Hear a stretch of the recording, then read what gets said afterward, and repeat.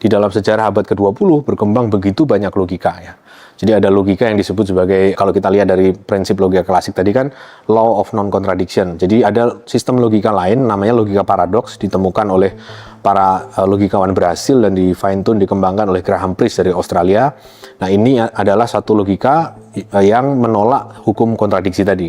Jadi artinya di dalam sistem logika paradoks, kontradiksi itu bisa benar, gitu. Nilainya bisa benar gitu. Sesuatu A sekaligus non A itu bisa benar. Misalnya ketika saya berdiri di ambang pintu ya, apakah saya berada di dalam ruangan atau di luar ruangan gitu. Di dalam konteks logika paradoks itu bisa dipecahkan ya. Saya berada di dalam sekaligus di luar ruangan karena saya di ambang pintu gitu.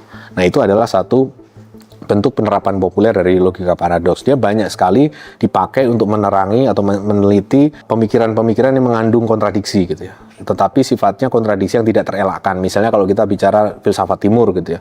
Ada yin dan yang, ada paradoks dari antara hal yang maha tinggi dan maha kecil dan seterusnya gitu ya. Hal-hal yang bertentangan itu kan semuanya bisa dijelaskan lewat logika paradoks itu.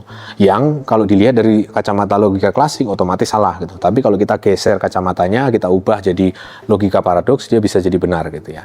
Itu satu hal. Nah, perkembangan kedua adalah satu sistem logika lain yang menolak asas dasar kedua dari logika klasik, yaitu law of excluded middle tadi, hukum penyisian jalan tengah itu. Nah, ini adalah satu logika yang disebut sebagai intuisionistik ya. Logika intuisionistik ini adalah logika yang mengatakan bahwa kita tidak bisa menyimpulkan sesuatu dari sekedar kebalikannya. Kalau sesuatu itu tidak benar, bukan otomatis dia salah gitu ya. Kalau sesuatu itu tidak salah, bukan otomatis dia benar. Ide dasarnya sangat simpel dan sangat masuk akal ya. Kita mesti membedakan antara ketiadaan bukti dan bukti ketiadaan.